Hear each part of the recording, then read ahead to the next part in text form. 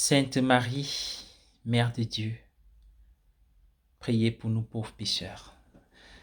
En ce premier jour de l'an, je vous souhaite la bienvenue, frères et sœurs, et vous remercie de renouveler votre fidélité à ces rendez-vous quotidiens consacrés à la méditation de la parole de Dieu, halte spirituelle pour la journée, où le Verbe du Seigneur éclaire notre existence. Nous nous laissons guider par lui, ensemble comme des frères et sœurs, comme une communauté qui prie.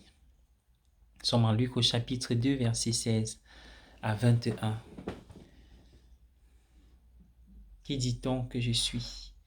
Demanda un jour Jésus. Et ensuite, et vous? Que dites-vous?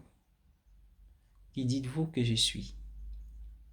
C'est une question qui ne disparaît jamais et chaque croyant est confronté encore et encore à cette question. Vous pouvez être très clair dans votre esprit sur la réponse de l'Église à cette question, mais chaque croyant doit faire l'expérience de la force de la question qui lui est adressée.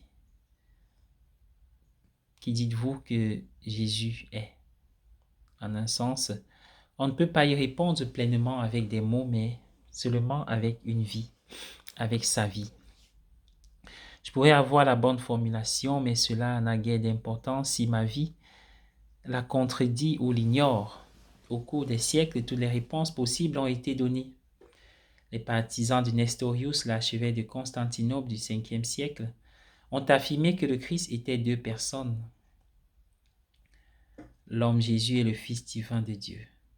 Ce point de vue a été rejeté au concile d'Éphèse 431 après le Christ, qui a insisté sur le fait que Jésus était une seule personne avec deux natures divines et humaines.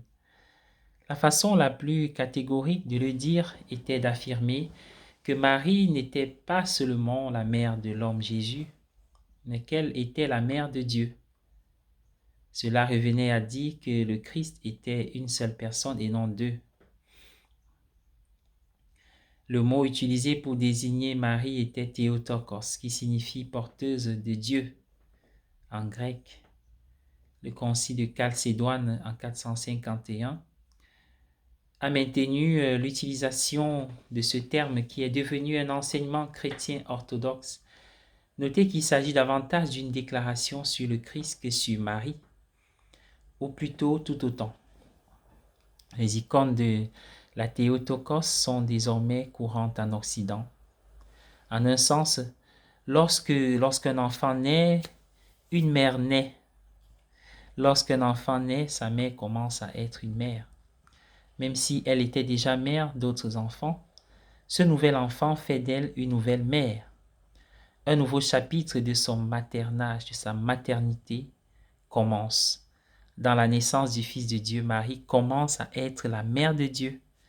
Quand un enfant naît, une mère naît.